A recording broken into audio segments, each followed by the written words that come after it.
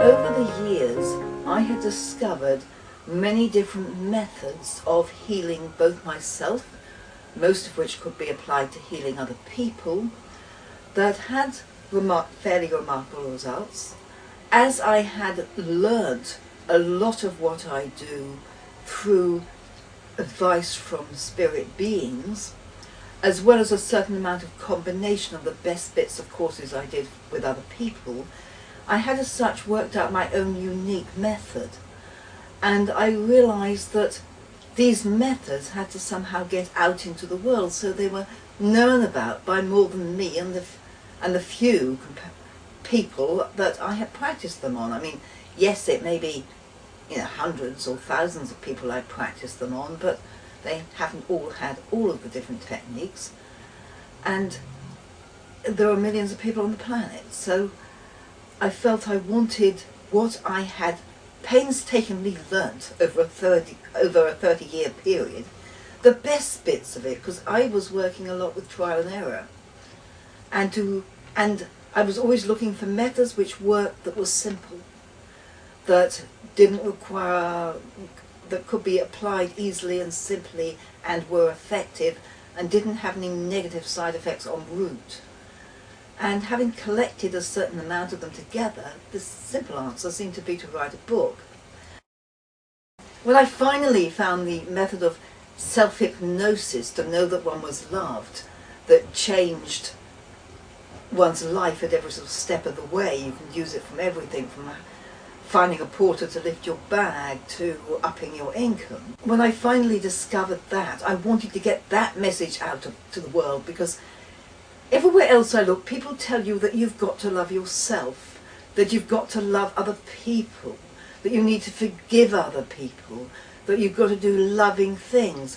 But no one says that you need to know that you're loved yourself. And that seemed to be the missing bit in everything I read from other people. And that seemed to be the bit that transforms your life, is to know that God, the universe, the planet loves you. Of course, when sitting down to write a book, you can't to teach people that they need to love themselves takes about 2 or 3 pages, and you can't write a book that big, that's a pamphlet.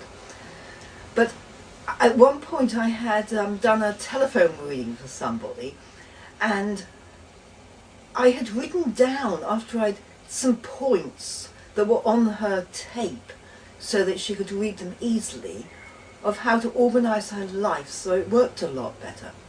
And then I realised when I read it before I sent it, they were rather good, so I wrote them into my diary.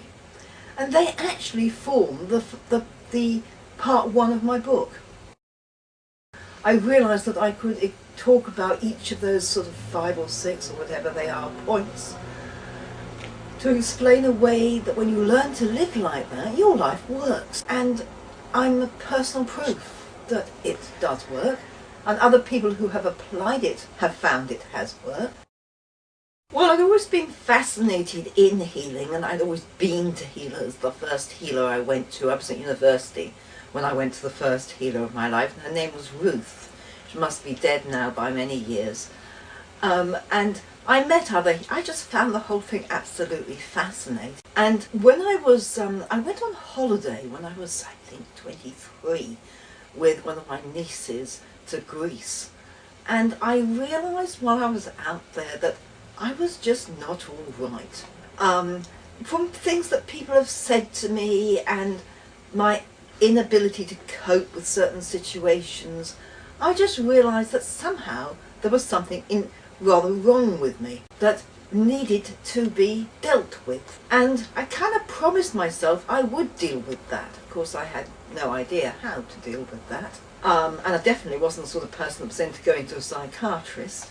And about 7 years later, when I went to India, I then learnt a little bit more about it. I was staying in the ashram of Father B. Griffiths, Shantivanam in South India, and there were books there on healing, and people were staying there who were one form of healer or another, and I read little pamphlets and things on things you could do to heal your life, and that's really where my self-healing path started. If you are having difficulties in your life which you are having trouble resolving, you may well find a technique in my book which will help in your present situation. As you read through my book, you'll realize there are various techniques, and it may become clear to you through the examples I've given which technique might be most helpful for you at this moment in time.